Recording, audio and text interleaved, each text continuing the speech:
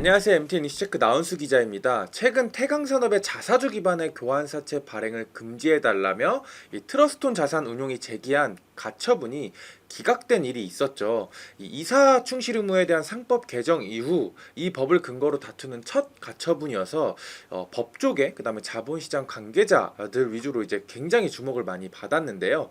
하지만 이 법원이 이 개정 상법을 상대적으로 좀 좁게 해석하면서 이 태강산업의 승리로 이어졌습니다. 현재 여당 중심으로 이 자사주 소각 의무화가 담긴 이른바 더더 센 상법 개정안이 대기 중이어서 이 법이 통과되고 시행되는 데까지 그 사이 기간 동안 기업들이 잇따라 자사주 교환사채를 발행할 가능성이 높은 상황입니다. 이러한 상황 속 지난 22일 바로 어제 이 한국기업 거버넌스 포럼이 개최한 행사에서 이 국내 상법 권위자로 꼽히는 송옥열 서울대 교수를 포함한 전문가들이 이번 법원의 판단에 대해서 좀 모순이 있다라는 점을 지적했는데요. 그러니까 쉽게 말해서 이번 법원의 판단이 아쉽다, 잘못됐다라는 주장을 한 거죠.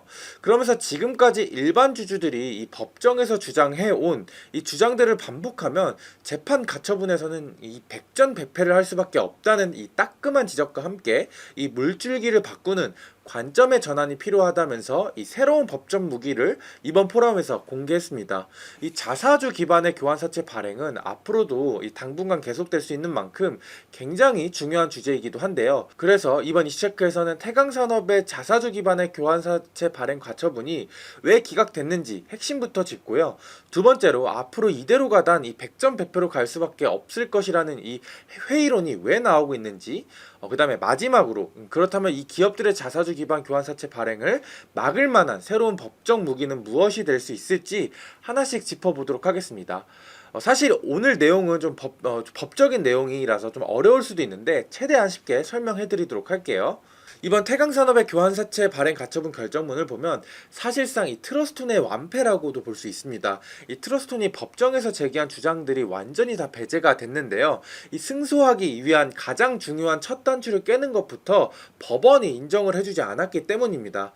이 트러스톤이 승소하기 위해선 가장 중요했던 건 이 자사주를 기초자산으로 한 교환사채 발행이 실질적으로 제3자 대상으로 발행하는 이 전환사채와 같다는 점을 이 법원으로부터 인정받아야 했는데요. 전환사채는 투자자가 투자 원금을 주식으로 전환할 수 있는 사채를 말합니다. 예를 들어 100억 원어치 전환사채에 투자한 투자자라면 만기 전에 원금 100억 원 대신 주식을 받을 수 있다는 건데요. 이런 요구를 투자자가 하면 회사는 신주를 발행해줘야 합니다. 여기서 중요한 단어는 새로운 주식, 신주를 회사가 발행해 준다는 거고요. 이 트러스톤은 이 자사주를 기반으로 한 교환사채 발행 역시 사실상 이 전환사채의 신주 발행 효과와 실질적으로 동일하다는 점을 아주 강하게 이번 재판에서 주장을 했습니다. 왜 이런 주장을 했는지 이 그림 하나로 한 번에 이해가 가능합니다. 일단 전환사채를 보면 A 회사가 B 투자사 대상으로 전환사채를 발행하면 B 투자사는 현금을 주고 A 회사는 전환사채를 발행해 줍니다. 근데 만약 B 투자사가 나는 돈으로 상환 안 받을 거고 사채를 주식으로 전환해줘 라고 요구하면 A 회사는 신주를 찍어서 B 투자사에게 신주를 이렇게 지급을 해줍니다. 당연히 이 새로운 주식에는 의결권, 배당권이 붙어 있겠죠. 그렇다면 자사주 기반의 교환사채와 한번 비교를 해볼게요. A 회사는 자사주 기반으로 교환사채를 발행을 했습니다. 대가로 현금을 받았고요. 근데 이 자사주는 의결권과 배당권이 없는 사실상 죽은 주식입니다. 이런 상황에서 B 투자사가 앞선 예시와 같이 나는 돈으로 상환 안 받을 거고 주식으로 교환받을래 라고 요구하면 A 회사는 자신이 보유한 자사주를 B 투자사한테 이렇게 지급을 해줘야 됩니다. 그러면 이 자사주가 B 투자사로 가게 되면서 자사주 자체가 아닌 일반 주식이 되고 동시에 의결권, 여기에 있던 자사주가 의결권과 배당권이 되살아나는데요. 이 자사주를 B 투자사에게 주긴 했지만 실질적으로 이 과정이 신주 발행과 다름이 없다는 게 트러스톤의 주장이었습니다. 유통물량 주식이 아닌 자사주가 시장에 풀리게 되면 신주 발행과 똑같이 지분율이 희석되면서 의결권과 배당권이 살아나기 때문이죠. 그림처럼 과정이 다를 뿐 사실상 전환사채 과정에서 보는 신주 발행과 같은 효과를 발생시킨다는 것을 볼 수 있습니다. 그런데 이번 가처분에서 이 재판부는 교환사채 발행은 신주를 발행하는 게 아니다 라면서 딱 끊어버렸습니다. 트러스톤의 입장에서는 교환사채 발행이 신주효과가 같다라는 점을 인정받아야 논리적으로 다음 허들, 다음 단계로 넘어갈 수 있었는데 이 첫 단추, 첫 주장부터 받아들여지지 않으면서 완패를 해버리게 된 거죠. 그렇다면 왜 재판부는 자사주 기반의 교환사채를 발행하는 게 왜 신주 효과가 발생하지 않는다라고 봤을까요? 이 내용을 이해하기 위해선 그간 재판부가 자사주를 어떻게 바라봐 왔는지를 좀 살펴봐야 합니다. 법적으로 자사주를 바라보는 시각은 회사가 보유한 자산으로 바라봐야 되느냐, 즉 자산설로 봐야 되느냐, 두 번째, 아예 발행되지 않은 주식인 미발행된 주식으로 봐야 되느냐, 즉 미발행 주식설로 봐야 하느냐로 나뉩니다. 자산설, 미발행 주식설, 단어만 들어도 복잡해 보이는데 사실 그렇게 어려운 개념이 아닙니다. 자산설부터 말씀을 드리면 이 자산설에서 이 자산이라는 건 이 용어가 미래의 경제적 효용을 줄 수 있는 걸 이렇게 자산이라고 하는데요.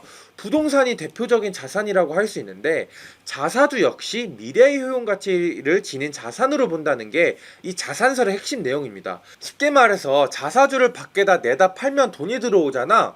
그렇다면 이게 효용 가치를 지닌 자산이 아니면 뭐야? 자산인 거지? 라는 거죠. 두 번째, 미발행 주식설은 말 그대로 자사주는 발행되지 않은 주식이다 라는 견해입니다. 회사가 과거에 주식을 발행해서 유통되고 있는 주식을 다시 사들이면 이 사들인 주식은 의결권도 없고 배당권도 없는 사실상 죽은 주식이니까 이건 아예 미발행 주식으로 봐야 돼, 없는 주식으로 봐야 돼, 무시해, 이런 느낌입니다. 법적인 내용이라 자세히 볼 필요는 없지만 지금 화면의 그림처럼 자사주를 자산설로 볼 것이냐 미발행 주식설로 볼 것이냐에 따라서 적용 법리, 성격, 절차, 기존 주주의 이익 모든 게 다 갈라지고 달라져 버립니다. 근데 우리 재판부는 그동안 이 자사주를 자산설에 입각해서 바라봤는데요. 자사주 자체를 처분할 수 있는 자산으로 본 거죠. 자산의 처분은 예를 들어서 삼성전자가 반도체 사업을 매각하는 이런 엄청나게 중대한 자산이 아니라면 이사회 재량으로 자산을 매각하거나 처분할 수 있는 사안입니다. 그러니까 이사회 경영 판단에 맡길 수 있는 거죠. 법원에서는 자사주는 자산이고 이 자산을 처분하는 건 이사회 재량으로 볼 수 있는 것이니 이게 뭐가 문제야? What's the matter? 이런 인식을 하는 중인 거죠. 쉽게 예를 들면 회사의 발행 주식 총수가 10주고요. 이 중에 4주를 자사주를 매입하면서 시장에서 유통되는 주식은 6주가 됐습니다. 그 다음에 나은수 주주가 한 주를 갖고 있다고 해보겠습니다. 이런 경우라면 자사주를 이제 4주로 매입을 했기 때문에 4주에 대한 의결권이 사라지면서 나은수의 의결권 지분율은 6분의 1이 됩니다. 10분의 1에서 6분의 1로 의결권이 올라가게 되는 거죠. 그런데 회사가 다시 자사주를 시장에 보유하고 있던 자사주를 시장에 내놓으면 나은수의 의결권 지분율은 다시 6분의 1에서 10분의 1로 떨어지게 됩니다. 그래서 이 나은수 입장에서는 이 회사의 자사주 처분이 사실상 신주 발행과 똑같아집니다. 그런데 그간 법원의 판례는 지금 본 것처럼 나은수의 의결권 지분율이 중요한 게 아니라 발행 주식 총수로 봐야 된다는 입장을 고수해 왔습니다. 자사주 매입을 했던 안 했던 이 발행 주식 총수는 10주니까 그냥 똑같이 10분의 1이다 라고 본 거죠. 자사주를 매입해도 10분의 1, 그 다음에 처분해도 10분의 1이다 라고 본 겁니다. 쉽게 말해서 이 자사주라는 존재 자체가 있는데 어떻게 이거를 있는데 없다고 할 수 있느냐 라고 보는 것이고요. 지금 보신 것처럼 법원은 그동안 계속 자산설에 기초해서 자사주를 바라보고 있었는데요. 이미 재판부의 인식 자체가 여기서 시작되기 때문에 자사주는 없는 주식으로 간주해야 된다는, 그러니까 미발행 주식설로 봐야 한다는 주장에 대해서는 완전히 계속 처참하게 배제를 해왔습니다. 자사주는 미발행 주식으로 봐주세요 아무리 법정에서 논리를 세워봤자 법원에서 그냥 애초부터 이 자산설로 인식을 하다 보니 이렇게 봐주세요 하는 이 법적 근거들을 내세울 때 100점 배패를 할 수밖에 없었던 겁니다, 그동안. 그래서 이번 한국기업 거버넌스 포럼에서 주최한 행사에서는 완전히 새로운 법적 무기, 법적 논리로 이 자산설을 무너뜨려야 된다는 점을 제시했습니다. 완전히 색다른 주장인 건데 쉽게 말하면 예전에는 자산설이 아니라 미발행 주식설이 맞다, 이런저런 이유로 미발행 주식설이 맞다라는 점을 주장했다면 이제는 왜 자산설이 맞지 않는지, 자사주를 자산설로 봤을 때 어떤 법적 모순이 생기는지를 집중하면 이 미발행 주식설에 대한 힘이 실릴 수밖에 없다라는 거죠. 이게 약간 아다르고 어다른 것처럼 보이지만 상당히 큰 차이를 발생시킵니다. 그렇다면 이 자사주를 자산설로 바라봤을 때 어떤 문제가 생기는지 살펴볼 텐데요. 첫 번째, 법적으로 회사가 시장에서 자사주를 매입할 땐 어떤 특정 주주를 대상으로 매입할 수 없습니다. 법적으로요. 어떤 주주를 콕 집어서 너의 주식을 내가 자사주로 매입을 할게가 아닌 시장에서 유통되고 있는 주식을 매입을 해야 된다는 거죠. 법적으로.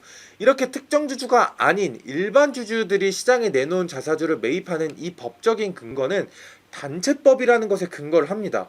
단체법이라는 용어는 잘 모르겠지만 느낌부터 지금 보면은 벌써 이제 일반 주주, 모든 주주한테 이거를 자사주를 매입하는 거니까 뭔가 단체법이라는 느낌은 오긴 하죠. 자사주 매입은 이렇게 개인을 상대로 한 게 아니라 주주 전체의 대상으로 한 단체법에 근거를 하는 건데, 이 미발행 주식설의 적용 법리가 이 단체법에 근거를 합니다. 근데 이 자사주를 기반으로 교환사채를 발행할 땐 일반 주주 전체한테 처분하는 게 아니라 누군가를 특정해서 처분을 합니다.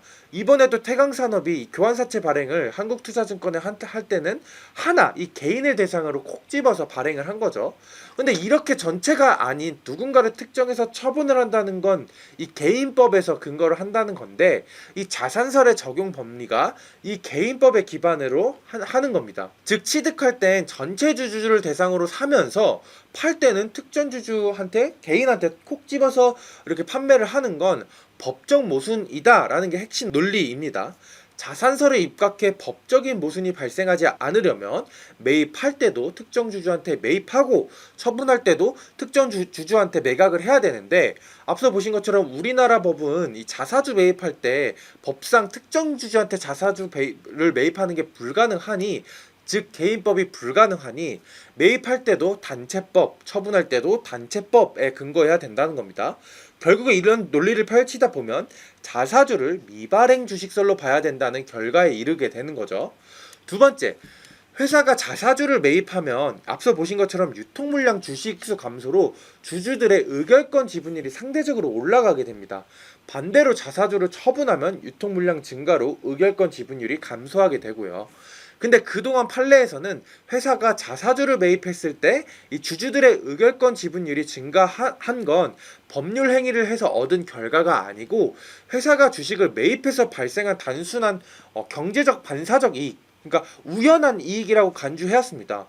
그렇다면 이 자사주 처분을 했을 때도 마찬가지로 이 지분율, 의결권 지분율이 감소하는 건 이런 불이익을 겪더라도 이거는 그냥 우연한 손해이기 때문에 법적으로 보호할 필요가 없다는 입장을 취해왔습니다. 근데 이에 대해선 법적인 오류가 있다는 게 이번에 새롭게 나온 주장인데요. 앞에 보신 것처럼 자사주를 매입할 때 회사는 주식시장에서 일반 주주들이 내놓는 주식을 사야 된다라고 말씀을 드렸습니다. 이 관점에서 봤을 때 시장에 주식을 내놓는 주주는 회사가 산다는 자사주를 매입한다는 가격이 괜찮네? 나는 팔아야겠다. 주식을 현금으로 바꿔야겠다라는 판단을 한 거고요. 주식을 시장에 내놓지 않은 주주는 회사가 자사주를 매입하면 내 지분율이 상대적으로 올라가겠네? 내 주식 가치가 더 높아지겠네? 그럼 돈보다 주식을 보유하고 있어야지 라고 판단을 한 겁니다. 주식을 내놓은 주주는 나는 팔게 라는 법적인 의사를 보인 거고, 안 내놓는 주주는 나는 안 팔게 라는 또 다른 법적인 의사, 그러니까 법률 행위를 여기서 한 거죠. 이거는 앞서 주주들이 법률 행위를 하지 않았기 때문에 반사적 이익, 손해에 대해서 보호할 필요가 없다는 이 자산설에 근거한 주장을 완전히 뒤집는 내용인데요. 이거는 앞서 주주들이 법률 행위를 하지 않았기 때문에 반사적 이익 손해에 대해서 보호할 필요가 없다는 판례들을 완전히 뒤집는 내용인데요. 왜냐하면 자사주를 내놓고 안 내놓는 것 자체가 이미 법적인 의사를 표현한 것이므로 자사주를 처분할 때도 당연히 법적인 보호를 받아야 된다, 주주들이. 이런 논리가 만들어지기 때문입니다. 마지막으로 이번 포럼에서 또 추가적인 상법 개정의 필요성을 언급한 것도 주목할 만한 포인트입니다. 상법 402조를 개정할 필요가 있다라는 주장이 나왔는데요. 상법 402조에 대한 내용은 아래 자막으로 나와 있는데, 이 내용의 핵심은 이사가 법이랑 회사의 정관을 위반해서 회사에 막대한 손해를 발생시켰을 때 주식 1% 주식을 보유한 주주가 스톱해라! 라고 요구할 수 있는 유지 청구권에 대한 내용입니다. 이 유지에 대한 내용은 여기서 중지해달라라는 이 단어로 이렇게 해석하시면 됩니다. 이 유지 청구권의 주주들이 가처분을 걸 때 주로 쓰이는 상법 조항인데요. 근데 보시는 것처럼 전제 조건인 회사의 손해가 발생했을 때에만 이 유지 청구권을 청구할 수 있도록 하고 있습니다. 만약 이사의 판단으로 주주들이 손해를 입었다면 유지 청구권을 근거로 걸 수가 없는 거죠. 단적으로 이 자사주 처분을 봤을 때 유지 청구권으로 가처분을 거는 게 애매합니다. 자사주를 처분하면 회사 입장에서는 현금이 들어오게 되잖아요. 자사주 처분이 저가 발행만 아니라면 이건 회사의 손해가 발생했다고 볼 여지가 없습니다. 나는 자사주를 처분했고 그 대가로 현금이 들어왔으니까 손해가 발생했다고 볼 수 없는 거죠. 근데 사실 주주 입장에서는 자사주를 처분했을 때 유통물량 주식 수가 이렇게 증가하게 되면서 지분율이 희석되므로 주주에게 손해가 발생할 수 있다고 주장할 수 있는 여지가 생깁니다. 근데 상법 402조는 주주의 피해에 대해서는 유지 청구권을 제기하는 근거가 없기 때문에 이 유지 청구권을 근거로 가처분을 걸 수가 없는 거죠. 법적인 소송을 걸 수가 없는 거죠. 그래서 이 상법 402조에 대해서도 회사의 손해뿐만 아니라 이 조항에 주주를 명시해서 주주의 손해가 발생했을 때도 유지 청구권을 청구해야 된다라는 이런 새로운 이제 상법 개정이 필요하다라는 주장이 이번 포럼에서 제기가 됐습니다. 네, 오늘은 좀 다소 어렵고 복잡한 내용을 좀 다뤄봤습니다. 근데 이거는 앞으로 이 덧센 상법 개정이 된 이후에 회사들이 자사주를 기반으로 한 교환사채 발행을 계속 발행을 할 가능성이 높아서 이걸 이해하는 부분들은 굉장히 중요한 내용이라서 좀 최대한 쉽게 설명을 해봤는데요. 어렵다면 다시 이 영상을 좀 반복해서 보시는 것도 하나의 방법일 것 같습니다. 네, 오늘 제가 준비한 이슈체크는 여기까지고요. 다음에는 더 유익하고 재밌는 컨텐츠로 찾아뵙도록 하겠습니다. 지금까지 시청해주신 구독자 여러분들 감사합니다.